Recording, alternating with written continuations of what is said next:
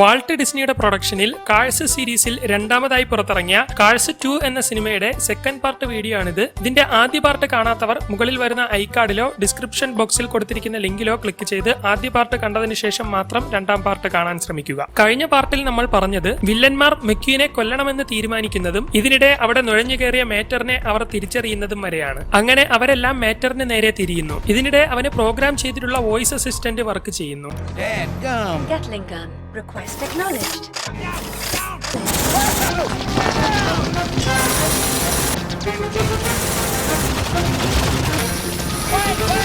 Deploying chute. മെക്കീനെ അവർ കൊല്ലാൻ ശ്രമിക്കുന്ന കാര്യം എങ്ങനെയെങ്കിലും മേറ്റർ അവനെ അറിയിക്കാൻ നോക്കുകയാണ്. എന്നാൽ സെക്യൂരിറ്റി അവനെ ഉള്ളിലേക്ക് കടക്കാൻ സമ്മതിക്കുന്നില്ല. അങ്ങനെ മേറ്റർ അവിടേക്ക് അതിക്രമിച്ച് കടക്കുകയും എങ്ങനെയെങ്കിലും മെക്കീനോട് കാര്യം പറയാൻ ശ്രമിക്കുകയും ചെയ്യുന്നു. എന്നാൽ അവന്റെ ശബ്ദം മെക്കീൻ കേൾക്കുകയും മേറ്റർ അവിടെ നിൽക്കുന്നതായി അവൻ കാണുകയും ചെയ്യുന്നു. അത് മേറ്റർ അല്ലേ എന്ന് പറഞ്ഞുകൊണ്ട് അവൻ അവിടേക്ക് ചെന്ന് നോക്കാൻ ശ്രമിക്കുന്നു. എന്നാൽ ആളുകളെല്ലാം മാറ്റി അവിടെ ചെല്ലുമ്പോൾ കാണുന്നത് മറ്റൊരു റിക്കവറി വാനിനെയാണ്. പെട്ടെന്ന് കണ്ടപ്പോൾ എന്റെ കൂട്ടുകാരനെ പോലെ തോന്നിയെന്നും എനിക്ക് ആള് മാറിപ്പോയതാണെന്നും പറഞ്ഞുകൊണ്ട് മെക്കീൻ അവിടെ നിന്നും പോകുന്നു. മേറ്ററിനെ ഈ സമയം കൊണ്ട് വില്ലന്മാർ പിടികൂടിയിരുന്നു. അവർ അവനെ അവിടെ നിന്നും പിടിച്ച് ഒരു കണ്ടെയ്നറിന്റെ ഉള്ളിൽ കൊണ്ടുവന്ന് ഇടുകയും അതിന്റെ ഉള്ളിലേക്ക് അവർ ഒരു ഗ്യാസ് പുറപ്പെടുവിക്കുകയും അത് ശ്വസിക്കുന്ന അവന്റെ ബോധം നഷ്ടപ്പെടുകയും ചെയ്യുന്നു. മയങ്ങിപ്പോകുന്ന അവൻ മുമ്പത്തെ കാര്യങ്ങളെല്ലാം സ്വപ്നം കാണുന്നു. അവനെ കാരണം മെക്കീൻ എല്ലാവരുടെയും മുന്നിൽ നാണം കെട്ടതും മെക്കീൻ അവനെ വഴക്ക് പറഞ്ഞതുമെല്ലാം അവൻ ഓർത്തുകൊണ്ടിരിക്കുന്നു. ഞാൻ അങ്ങനെ മോശമായിട്ടെല്ലാം കാണിച്ചതിന്റെ പേരിലാണ് മെക്കീനെ വഴക്ക് പറഞ്ഞതെന്നും അവന് എന്നോട് നല്ല സ്നേഹമാണെന്നും മേറ്ററിന് മനസ്സിലാകുന്നു. പിന്നീട് അവൻ കണ്ണു തുറക്കുമ്പോൾ അവനെ ഒരു സ്ഥലത്ത് കെട്ടിയിട്ടിരിക്കുകയാണ്. അവൻ നോക്കുമ്പോൾ ഫിന്നിനെയും ഹോളിയെയും അപ്പുറത്തായി കെട്ടിയിട്ടിട്ടുണ്ട്. അപ്പോഴാണ് അവർ ഉള്ളത് ലണ്ടനിലെ ക്ലോക്ക് ടവറിന്റെ ഉള്ളിലാണെന്ന് അവന് മനസ്സിലാകുന്നത്.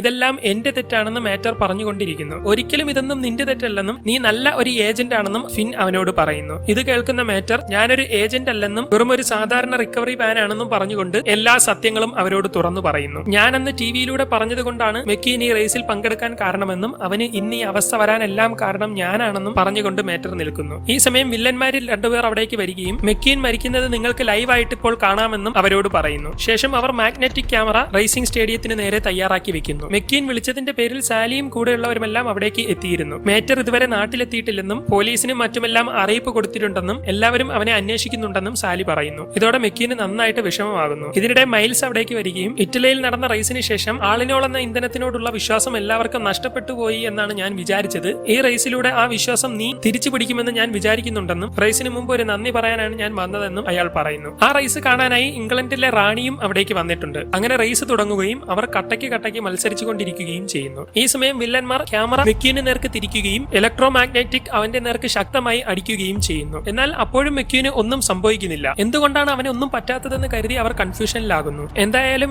ഈ പ്ലാൻ ചീറ്റിപ്പോയെന്നും ഇനി നമുക്ക് രണ്ടാമത്തെ പ്ലാൻ നോക്കാമെന്നും അവർ പറയുന്നു. എന്താണ് രണ്ടാമത്തെ പ്ലാൻ എന്ന് മാറ്റർ അവരോട് ചോദിക്കുന്നു. ഞങ്ങൾ മെക്യൂന്റെ പിറ്റ് സ്റ്റോപ്പിൽ ബോംബ് വെച്ചിട്ടുണ്ടെന്നും അവൻ പിറ്റ് സ്റ്റോപ്പിൽ എത്തുമ്പോഴേക്കും തീർന്നോളുമെന്നും അവർ പറയുന്നു. ഇതിനിടെ മാറ്ററിന്റെ വോയിസ് അസിസ്റ്റന്റ് ഉപയോഗിച്ച് അവന്റെ തോക്ക് വെളിയിലേക്ക് വരാൻ ശ്രമിക്കുന്നു. അതിന്റെ വെടിയുണ്ട മുഴുവൻ ഞങ്ങൾ മാറ്റിക്കഴിഞ്ഞുവെന്നും ഇനി നിനക്ക് ആ തോക്ക് വെച്ച് ഒന്നും ചെയ്യാൻ കഴിയില്ലെന്നും പറഞ്ഞുകൊണ്ട് അവർ അവിടെ നിന്നും പോകുന്നു. എന്നാൽ മാറ്റർ നോക്കുമ്പോൾ അവന്റെ കയർ ചെറുതായിട്ട് മുറിഞ്ഞിട്ടുണ്ട്. ഇതോടെ അവൻ വീണ്ടും വോയിസ് അസിസ്റ്റ് കൊടുക്കുകയും ആ തോക്ക് ഉപയോഗിച്ച് അവന്റെ കയർ അവൻ പൊട്ടിക്കുകയും ചെയ്യുന്നു.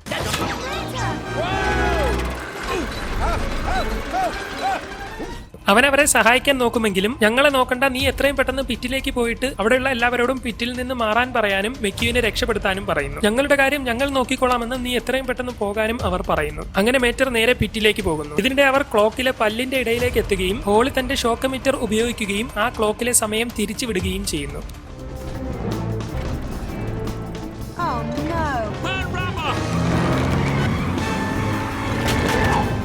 നമുക്കിനി എത്രയും പെട്ടെന്ന് അവിടേക്ക് പോകണമെന്ന് ഫിൻ പറയുന്നു. ഉടൻ അവൾ പറക്കാനുള്ള ടെക്നോളജി ഉപയോഗിച്ച് തയ്യാറാവുകയും ചെയ്യുന്നു. എന്നാൽ അപ്പോൾ അവർ മേറ്ററിന്റെ എയർ ഫിൽറ്റർ അവിടെ കിടക്കുന്നത് കാണുന്നു. ഈ സമയം മേറ്റർ നേരെ പിറ്റിൽ ചെല്ലുകയും ഇവിടെ ബോംബ് വെച്ചിട്ടുണ്ടെന്നും എത്രയും പെട്ടെന്ന് എല്ലാവരും ഇവിടെ നിന്നും മാറാനും പറയുന്നു. ഈ സമയം ഫിൻ മേറ്ററിനെ വിളിക്കുകയും നീ അവിടെ നിന്ന് രക്ഷപ്പെട്ട് മെക്യൂനെ രക്ഷിക്കാൻ പോകുമെന്ന് അവർക്ക് അറിയാമായിരുന്നുവെന്നും അതുകൊണ്ട് അവർ ബോംബ് വെച്ചിരിക്കുന്നത് നിന്റെ എയർ ഫിൽറ്ററിലാണെന്നും ഫിൻ പറയുന്നു. ഇത് കേട്ട് മേറ്റർ ഫിൽറ്റർ ക്യാപ്പ് തുറന്നു നോക്കുമ്പോൾ അതിനുള്ളിൽ ബോംബ് ഇരിക്കുന്നതായി കാണുന്നു. ഇതിനിടെ മേറ്ററിനെ കണ്ട് മെക്യൂൻ വളരെ സന്തോഷത്തോടെ അവന്റെ അടുത്തേക്ക് വരുന്നു. ഇത് കണ്ട് പ്രൊഫസർ ബോംബിന്റെ സ്വിച്ച് അമർത്താൻ പോവുകയാണ്. എന്നാൽ എന്റെ അടുത്തേക്ക് വരരുതെന്ന് പറഞ്ഞുകൊണ്ട് മേറ്റർ വളരെ വേഗത്തിൽ പിന്നോട്ട് പോകുന്നു. നീ എന്നോട് പിണക്കം മാറ്റണമെന്നും മുമ്പ് ഞാൻ പറഞ്ഞതിനെല്ലാം ക്ഷമ ചോദിക്കുന്നുവെന്നും പറഞ്ഞുകൊണ്ട് മെക്കീൻ അവന്റെ അടുത്തേക്ക് പോയിക്കൊണ്ടിരിക്കുകയാണ്. മെക്കീൻ അവന്റെ അടുത്തെത്തിയാലുടൻ ബോംബ് പൊട്ടിക്കാൻ പ്രൊഫസർ കാത്തു നിൽക്കുന്നു. എന്റെ അടുത്തുനിന്ന് എങ്ങോട്ടെങ്കിലും ഒന്ന് പോകാൻ പറഞ്ഞുകൊണ്ട് മേറ്റർ വേഗത്തിൽ പോയിക്കൊണ്ടിരിക്കുകയാണ്. അവൻ പിണക്കം കാരണം പറയുന്നതാണെന്ന് കരുതി മെക്കീൻ അവന്റെ പുറകെ പോയിക്കൊണ്ടിരിക്കുന്നു. ഇതിനിടെ അവൻ മേറ്ററിന്റെ പുറകിലെ വള്ളിയിൽ കയറി പിടിക്കുന്നു. ഉടൻ മേറ്റർ എന്നെ മെക്കീന്റെ അടുത്ത് നിന്നും മാറ്റാൻ കമ്പ്യൂട്ടറിനോട് വോയിസ് അസിസ്റ്റന്റ് കൊടുക്കുകയും അവന്റെ പിന്നിൽ നിന്നും റോക്കറ്റ് വന്ന് അവർ രണ്ടുപേരും വളരെ വേഗത്തിൽ അവിടെ നിന്നും പോവുകയും ചെയ്യുന്നു. മെക്കീൻ അവന്റെ അടുത്തെത്തിയത് കണ്ട് പ്രൊഫസർ ബോംബ് ആക്റ്റീവ് ആക്കുമെങ്കിലും ബോംബിന്റെ റേഞ്ച് കഴിഞ്ഞു പോയെന്ന് കാണിക്കുകയും അയാൾക്ക് ബോംബ് പൊട്ടിക്കാൻ കഴിയാത്ത അവസ്ഥ വരികയും ചെയ്യുന്നു. മെക്കീനും മാറ്ററും എല്ലാം തകർത്തുകൊണ്ട് അവിടെ നിന്നും പോയിക്കൊണ്ടിരിക്കുകയാണ്. ഇതിനിടെ പ്രൊഫസറിന്റെ അടുത്തേക്ക് ഹോളി വരുന്നത് കണ്ട് അയാൾ അവിടെ നിന്നും രക്ഷപ്പെടാൻ ശ്രമിക്കുന്നു. അങ്ങനെ പ്രൊഫസർ കപ്പലിൽ കയറാനായി പോകുന്നതിനിടെ ഫിൻ അയാളെ പിടിക്കാനായി പിറകെ വരുന്നു. അങ്ങനെ ഫിൻ അയാളെ പിടികൂടുമെങ്കിലും ആ കപ്പൽ തന്റെ കാന്തിക ശക്തി ഉപയോഗിച്ച് ഫിന്നിനെ പിടിക്കാൻ ശ്രമിക്കുന്നു. ഫിന്നിന്റെ തോക്കും മറ്റ് ആയുധങ്ങളുമെല്ലാം അതിൽ ചെന്ന് ഒട്ടിപ്പിടിക്കുകയും അവൻ ഫിന്നിനെ വെടിവെക്കാൻ ശ്രമിക്കുകയും ചെയ്യുന്നു.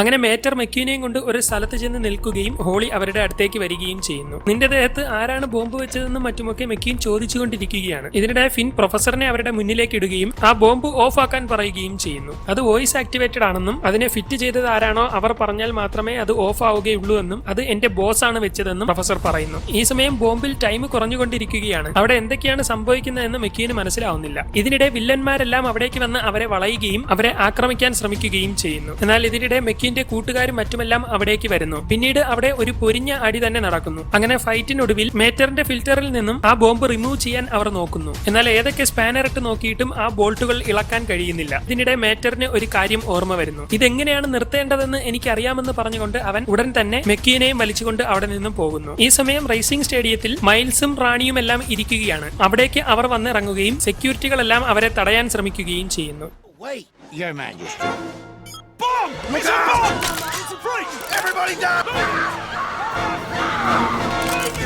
Hold your fire! ഇതിനിടെ ഫിൻ അവിടേക്ക് വരികയും എല്ലാവരും അടങ്ങാനും അവനൊരു ഏജന്റ് ആണെന്നും അവന് പറയാനുള്ളത് എന്താണെന്ന് കേൾക്കാനും പറയുന്നു. എന്റെ ദേഹത്ത് ഈ ബോംബ് വെച്ചത് മൈൽസ് ആണെന്ന് അവൻ പറയുന്നു. ഇത് കേട്ട് എല്ലാവരും ഞെട്ടുന്നു. മുമ്പ് നമ്മൾ ഓയിൽ പ്ലാന്റിലെ ഓണറിന്റെ എഞ്ചിൻ ചെക്ക് ചെയ്തപ്പോൾ അതിൽ ഉപയോഗിച്ചിരുന്ന അതേ ബോൾട്ട് തന്നെയാണ് ഈ ബോംബ് ഫിറ്റ് ചെയ്യാനും ഉപയോഗിച്ചിരിക്കുന്നത്. അതുപോലെ തന്നെ അന്ന് ഷോയിൽ വെച്ച് ഓയിൽ ലീക്ക് ചെയ്തത് നിനക്കായിരുന്നുവെന്നും അന്ന് നീ എന്റെ മണ്ടയ്ക്ക് അത് വെച്ചുകൊണ്ട് രക്ഷപ്പെട്ടുവെന്നും അവൻ പറയുന്നു. ഇലക്ട്രിക് കാറായിട്ടുള്ള നിനക്ക് എന്തിനാണ് ഓയിൽ? അതിനർത്ഥം നീ ഇതുവരെയും ഇലക്ട്രിക് കാറായിട്ട് മാറിയിട്ടില്ല എന്നും നിന്റെ ബോണറ്റ് തുറന്നാൽ അത് എല്ലാവർക്കും മനസ്സിലാകുമെന്നും അതൊന്ന് തുറക്കാനും പറഞ്ഞുകൊണ്ട് മേറ്റർ അവന്റെ അടുത്തേക്ക് ചെല്ലുന്നു. അവനാണ് ഓൾ ഇൻ ഓൾ കണ്ടുപിടിച്ചതെന്ന് ഫിൻ അവിടെ നിന്നും പറയുന്നു. ഇവൻ യഥാർത്ഥത്തിൽ ഒരു ഇന്ധനവും കണ്ടുപിടിച്ചിട്ടില്ല. ഓൾ ഇൻ ഓൾ എന്ന പേരിൽ ഇവൻ എല്ലാവർക്കും അടിച്ചത് പെട്രോൾ തന്നെയായിരുന്നു. കടലിന് നടുവിലുള്ള ആ വലിയ ഓയിൽ പ്ലാന്റിന്റെ മുതലാളി ഇവനാണ്. പെട്രോളും ഡീസലും ഒഴിച്ച് മറ്റെല്ലാ ഇന്ധനങ്ങളും മോശമാണെന്ന് വരുത്തി തീർക്കാൻ വേണ്ടി അവൻ കളിച്ച നാടകമാണിതൊക്കെ. അതോടെ വേറെ വഴിയില്ലാത്ത ജനങ്ങൾ ഇവന്റെ കയ്യിൽ നിന്ന് തന്നെ പെട്രോളും ഡീസലും ധാരാളമായി വാങ്ങുമെന്ന് ഇവൻ അറിയാമായിരുന്നുവെന്നും അതിനുവേണ്ടിയാണ് ഇതൊക്കെ ചെയ്തതെന്നും മേറ്റർ പറയുന്നു. ബോംബിന്റെ സമയം കുറഞ്ഞുകൊണ്ടിരിക്കുകയാണ്. ഇത് കണ്ട് എല്ലാവരും അവിടെ നിന്നും ഇറങ്ങിപ്പോകുന്നു. ആരെങ്കിലും എന്തെങ്കിലും ചെയ്യൂ എന്ന് പറഞ്ഞുകൊണ്ട് മൈൽസ് ഉറക്കെ വിളിച്ചുകൊണ്ടിരിക്കുന്നു.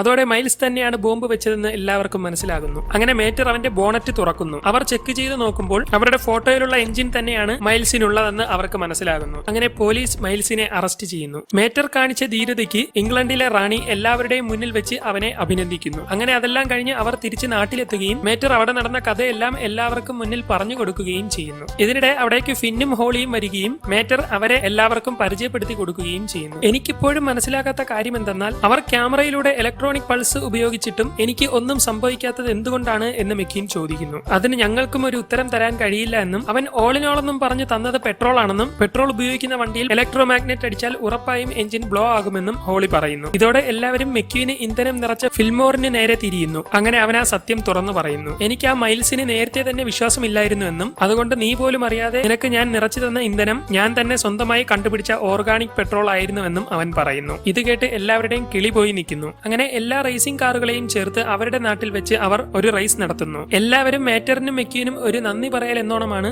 ആ റേസിംഗ് അവർ നടത്താൻ തീരുമാനിച്ചിരിക്കുന്നത്. അവിടെ വെച്ച് മെക്കീനും ഫ്രാൻസിസ്കോയും നല്ല കൂട്ടുകാരാവുന്നു. അങ്ങനെ അവർ വളരെ സന്തോഷത്തോടെ റേസ് നടത്തുന്നു. ഇതിനിടെ ഫിന്നും ഹോളിയും മേറ്ററിന്റെ അടുത്തേക്ക് വരികയും നീ ഒരു നല്ല ബുദ്ധിമാനായ വ്യക്തിയാണെന്നും നിന്നെ ഒരു ഏജന്റായിട്ട് തിരഞ്ഞെടുക്കാൻ നമുക്ക് ആഗ്രഹമുണ്ടെന്നും അവർ പറയുന്നു. എന്റെ ലോകം ഇതാണെന്നും ഇവിടെയുള്ളവരെ വിട്ടുവരാൻ എനിക്ക് കഴിയില്ലെന്നും അവൻ പറയുകയും അവർ അത് അംഗീകരിക്കുകയും ചെയ്യുന്നു. നിനക്ക് എന്ത് ആവശ്യമുണ്ടെങ്കിലും ഞങ്ങളോട് പറഞ്ഞാൽ മതിയെന്ന് അവർ പറയുന്നു. എങ്കിൽ എനിക്കൊരു കാര്യം ആവശ്യമുണ്ടെന്ന് അവൻ പറയുന്നു. Impossible! Check it out! They let me keep the rockets! ഇതോടെ സിനിമ അവസാനിക്കുന്നു. 2011 $200 മില്യൺ ബഡ്ജറ്റിൽ പുറത്തിറങ്ങിയ ഈ cinema $562 million box office collection നേടിയത്.